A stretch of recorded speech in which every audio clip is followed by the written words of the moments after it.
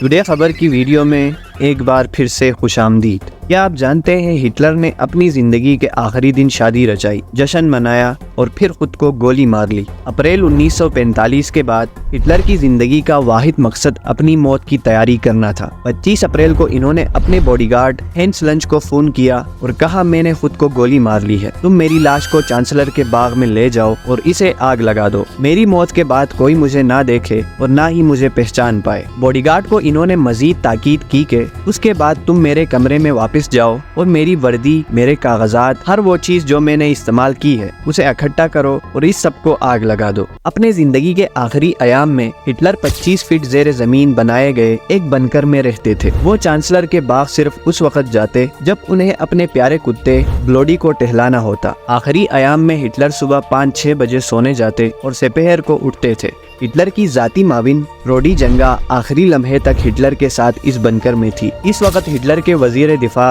Albert spear bunker के पास उनसे मिलने और अलविदा कहने आए थे। बाद में स्पीयर ने अपनी यादों को मुजतमा करते हुए ये बताया कि आखिरी दिनों में हिटलर की हालात कुछ ऐसी थी कि उनका सारा जिस्म कपकपाता और उनके कंधे झुके हुए थे, उनके कपड़े गंदे थे और सबसे अहम बात, उनका रद्द-ए-अमल बहुत सर्द था। मैं इन्हें अलविदा कहने आया था, मुझे मालूम था कि ये हमारी आखिरी मुलाकात थी। हिटलर के बारे में किताब the life and death of Adolf Hitler के मुसन्निफ रॉबर्ट पाइन ने उस वक्त हिटलर की हालात को बयान किया है। वो लिखते हैं, हिटलर का पूरा चेहरा सूज गया था और उस पर बेशुमार जरियां नमूदार हो गई थी। उनकी आंखों में जिंदगी का चमक मान पड़ चुकी थी, गोया वो एक बूढ़े गध की मानिंद बैठे थे। उनकी शख्सियत के बारे में सबसे यादगार बात ये थी कि वो एक शराबी की तरह लड़खड़ा रहे थे। वो एक ही माह में अपनी उम्र से 10 बरस ज्यादा लगने लगे थे। हिटलर और एवा ब्राउन की शादी। सवाल ये था कि इस शादी का इंतजाम कौन करेगा। हिटलर को याद आया कि गोइबल्स ने वाल्टर वेगनर से शादी की थी। अब मसला ये था कि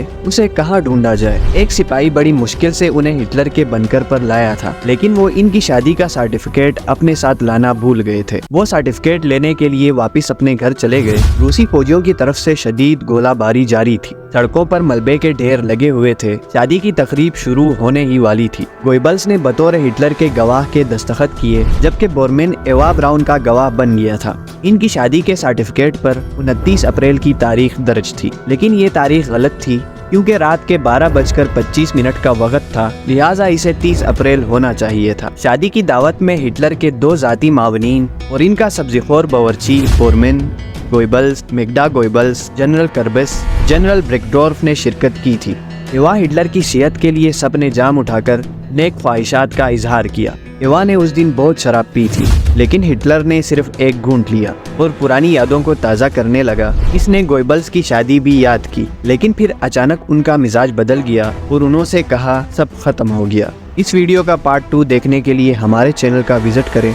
मजीद ऐसी इंटरेस्टिंग वीडियोस देखने के लिए हमारे चैनल को सब्सक्राइब करें, हमें लाइक और शेयर करें।